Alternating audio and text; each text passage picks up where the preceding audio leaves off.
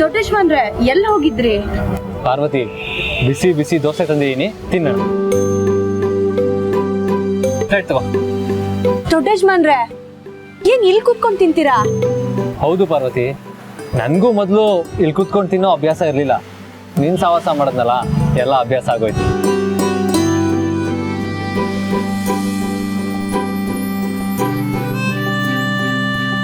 ದೊಡ್ಡೇಶ್ವನ್ರೆ ಏನ್ ಮಾಡ್ತಾ ಇದ್ದೀರಾ? ನನ್ಗರ್ಧ ನಿನ್ಗರ್ಧ ಭಾಗ ಮಾಡ್ತಾ ಇದ್ದೀನಿ. ದೊಡ್ಡೇಶ್ವನ್ರೆ ನೀವ್ ತಿನ್ನೋದ್ರಲ್ಲಿ ನಾನು ಒಂದ್ ಪಾಲ್ ತಿನ್ನದ? ಏನ್ ತಪ್ಪು? ಬೇಡ ದೊಡ್ಡೇಶ್ವನ್ರೆ, ದಣಿಗಳನ್ನ ಕೈ ಹಾಕೋರ್ ಯಾರು ಉದ್ಧಾರ ಆಗಲ್ಲ. ನನ್ಗ ಯೋಗ್ಯತೆನೂ ಇಲ್ಲ. ಪಾರ್ವತಿ, ಇಲ್ಲಿ ಯಾರ್ ದಣಿ ಯಾರ್ ಆಳು? ನಾನು ಆದಿತ್ಯ, ನೀನ್ ಪಾರ್ವತಿ. ನಿನ್ಗೊಂದು ಕತೆ ಹೇಳ್ತೀನಿ ಕೇಳು. ನಾನು ಸ್ಕೂಲಲ್ಲಿ ಇರ್ಬೇಕಾದ್ರೆ ನನ್ಗೊಬ್ಬ ಫ್ರೆಂಡ್ ಇದ್ದ, ಶೇಖರ್ ಅಂತ ಅವನ ಹೆಸರು. ನಾವೆಲ್ಲರೂ ಮನೆಯಿಂದ ಡಬ್ಬಿ ಕಟ್ಸ್ಕೊಂಡು ಹೋಗ್ತಾ ಇದ್ವಿ. ಆದ್ರೆ ಪಾಪ ಅವನಿಗೆ ಡಬ್ಬಿ ಕಟ್ಕೊಡೋರು ಯಾರೂ ಇರಲಿಲ್ಲ. ನಾವೆಲ್ಲ ಮಧ್ಯಾಹ್ನ ಊಟ ಮಾಡುವಾಗ ಅದನ್ನ ನೋಡ್ಬಿಟ್ಟು ಅವ್ನು ತುಂಬಾ ಬೇಜಾರು ಮಾಡ್ಕೊಳ್ತಾ ಇದ್ದ.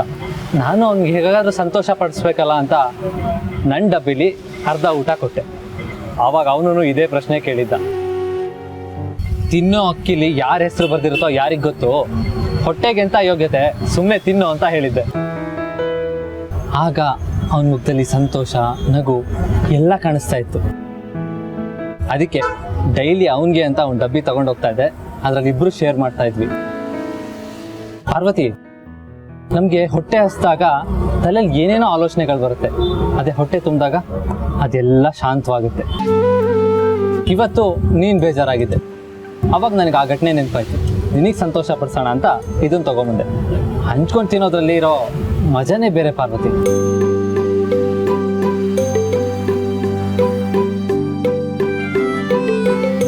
ಪಾರ್ವತಿ, ನಿನಗೆ ಬೇಡ ಅಂದ್ರೆ ನಾನು ಫೋರ್ಸ್ ಮಾಡಲ್ಲ. ಹಾಗೇನಿಲ್ಲ ದೊಡ್ಡೇಶ್ವನ್ರೆ, ತಿಂತೀನಿ. That's more like it.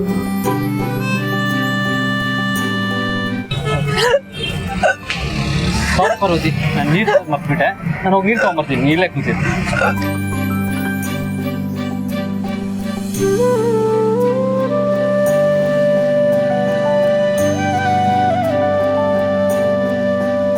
Parvati, Parvati,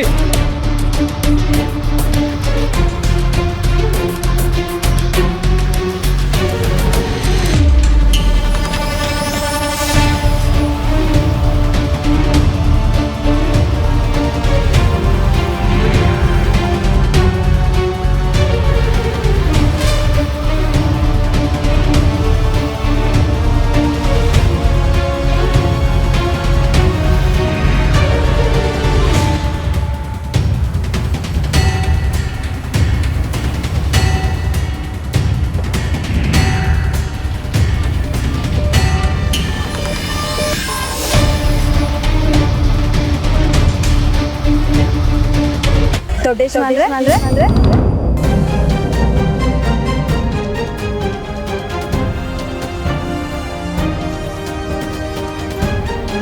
Parvati, ಎಲ್ಲಿ ಹೋಗಿದ್ದೆ ನೀನು? ತಲೆಗಿಲ್ಲ ಕೆಟ್ಟಿದ್ಯಾ ನಿನಗೆ? ಹೀಗೋಗಿ ಹಾಗೆ ಬರೋ ಅಷ್ಟಲ್ಲೆಲ್ಲ ಹೋಗಿದ್ದಲ್ಲ. ಎಲ್ಲರೂ ಹೋಗ್ಬೇಕಾದ್ರೆ ನನಗೆ ಹೇಳಿ ಹೋಗ್ಬೇಕು ಅನ್ನೋ ಕಾಮನ್ ಸೆನ್ಸ್ ಇಲ್ವಾ ನಿನಗೆ? ಇನ್ನು ಮೊದಲೇ ಹೆಣ್ಮಕ್ಳು ಕಿಡ್ನಾಪ್ ಆಗ್ತಿದೆ ಅಂತ ಹೇಳ್ತಾ ಇದ್ರು. ನನ್ಗೆ ಎಷ್ಟು ಭಯ ಆಗೋಗಿತ್ತು ಗೊತ್ತಾ? ನಿನ್ಗೆ ಏನಾದ್ರು ಹೆಚ್ಚು ಕಮ್ಮಿ ಆಗಿದ್ರೆ ಏನ್ ಗತಿ ಹೇಳು? ದೊಡ್ಡೇಶ್ವನ್ರೆ, ಅದು ಮಾತಾಡ್ಬೇಡ ನೀವು. ಏನಂತ ಗನಂದಾರಿ ಕೆಲಸ ಇತ್ತು ಒಬ್ಬಳೆ ಹೋಗುವಂಥದ್ದು? ನೀನ್ 100 ವರ್ಷ ಚೆನ್ನಾಗಿರು ತಾಯಿ. ಎಷ್ಟೋ ಜನ ತಿನ್ನೋ ಅನ್ನನ ಬೀದಿಗೆ ಎಸಿತಾರೆ. ನಾವು ಹೊಟ್ಟೆ ಹಸು ಒಂದು ತನ್ನ ಹಾಕಿ ಅಂತಂದ್ರೆ ಯಾರೂ ಹಾಕಕ್ಕಿಲ್ಲ. ಬೀದಿ ಪಕ್ಕ ಬಿದ್ದಿದ್ದನ್ನೇ ಬಾಚ್ಕೊಂಡು ಅದನ್ನೇ ಅಮೃತ ಅನ್ಕೊಂಡು ತಿಂದು ಬದುಕ್ತಿರೋರು ನಾವು. ಇವತ್ತು ನಿನ್ನ ಆಶೀರ್ವಾದದಿಂದ ಆ ಮಗುಗೋಸಿ ಪ್ರೀತಿಯಿಂದ ಊಟ ಸಿಕ್ಕೈತೆ. ಅದನ್ನೇ ತಿನ್ಸಿದ್ದೀನಿ ಕಣವ. ನನ್ನ ಹೊಟ್ಟೆ ತೃಪ್ತಿ ಆಯ್ತು, ತುಂಬಾ ಸಂತೋಷ ಆಯ್ತು. ನಿನ್ನ ಹರಿಸೋಷ್ಟು ದೊಡ್ಡೋಳು ಅಲ್ಲ ಕಣವ ನಾನು. ಆದ್ರೂ ನಿನ್ನ ಆಶೀರ್ವಾದ ನನ್ನ ಮಗು ಮೇಲಿರ್ಲಿ.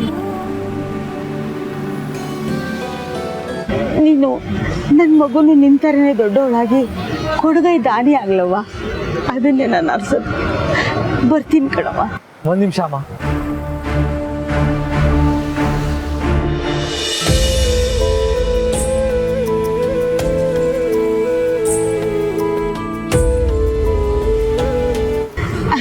ತಗೊಳ್ಳಿ. ನೀನು 100 ವರ್ಷ ಚೆನ್ನಾಗಿರಪ್ಪ. ಬರ್ತೀನಿ ಕಣಪ್ಪ.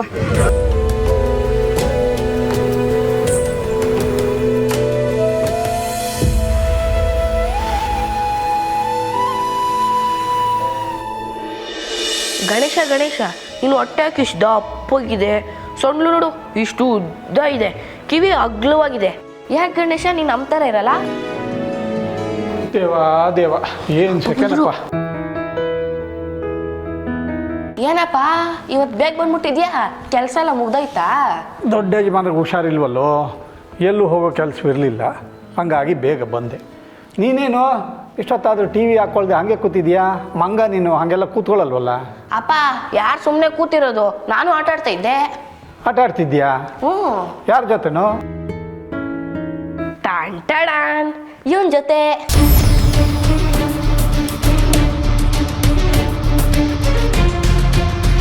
ನೀನು ಮದುವೆ ಮುಗಿಯೋವರೆಗೂ ಯಾವುದೇ ಕಾರಣಕ್ಕೂ ಪೆಟ್ಟಿಗೆಯಿಂದ ಈ ಗಣಪನ ಈಚೆ ಕಡೆ ತೆಗೀಲೇಬಾರ್ದೆ.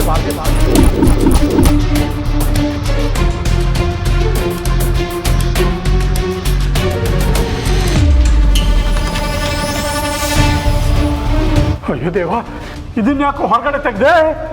ಅಪ್ಪ ಏನಾಯ್ತು? ಏನಿದು ಆಟ ಸಾಮಾನ್ ಥರ ಇದೆ? 3 ಹೊತ್ತು ಆಟ ಆಟ. ನಿನಗೆ ಪ್ರಪಂಚದಲ್ಲಿರೋ ವಸ್ತು ಎಲ್ಲ ಆಟ ಸಾಮಾನು ಥರ ಕಾಣುತ್ತೇನೋ? ಯಾಕೋ ತೆಗ್ದೆ ಪೆಟ್ಟಿಗೆಯಿಂದ ಹೊರಗಡೆ ಇದನ್ನ? ಅಪ್ಪ ನಂಗೆ ನಿಜವಾಗ್ಲೂ ಇದೇನು ಅಂತ ಗೊತ್ತಿಲ್ಲ ಅಪ್ಪ. ನಾನೇನೋ ಬೇರೆ ಹುಡುಕ್ತಾ ಇದ್ದೆ, ಅವಾಗಿದ್ದು ಸಿಕ್ತು. ಏಯ್, ಇದನ್ನ ನಾವೇ ಪೆಟ್ಟಿಗೆಯಲ್ಲಿ ಮುಚ್ಚಿಟ್ಟಿದ್ವಿ ಕಣೋ. ಪಾರು ಮದುವೆ ಆಗೋವರೆಗೂ ಯಾವುದೇ ವಿಘ್ನ ಆಗದಿರಲಿ ಅಂತ ಪೂಜೆ ಮಾಡಿ ಮುಚ್ಚಿಟ್ಟಿದ್ವಿ. ನೀನು ಇದನ್ನು ತೆಗೆದು ಎಲ್ಲ ಹಾಳು ಮಾಡಿಬಿಟ್ಟಿಯಲ್ಲೋ. ಅಪ್ಪ ನಂಗೆ ನಿಜವಾಗ್ಲೂ ಗೊತ್ತಿರಲಿಲ್ಲ ಅಪ್ಪ. ಗೊತ್ತಿಲ್ಲ ಅಂದ್ರೆ ಕೇಳಿ ತಿಳ್ಕೊಬೇಕು, ಅಷ್ಟು ಬುದ್ಧಿ ಇಲ್ಲ ನಿನಗೆ. ಅಯ್ಯೋ, ಹೀಗಿನ್ನೇನೇನು ವಿಘ್ನಗಳು ಕಾದಿದೆಯೋ.